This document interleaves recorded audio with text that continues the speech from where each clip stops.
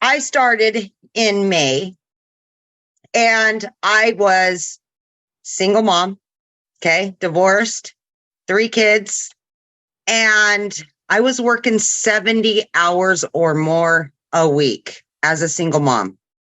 So you can only imagine, I had no time for anything. Long story short, I did my research on starting an online business so I could quit both of my jobs, but at least one of my jobs. And what happened is through my research, Daily Pay had everything that I needed. It offered everything.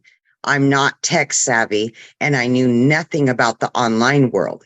So Daily Pay was the only program through my research that I found that gave me all of that and would walk me step by step as a newbie.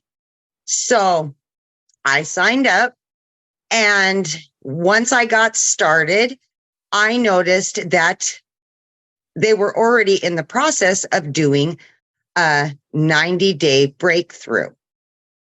And it was for May, June, and July.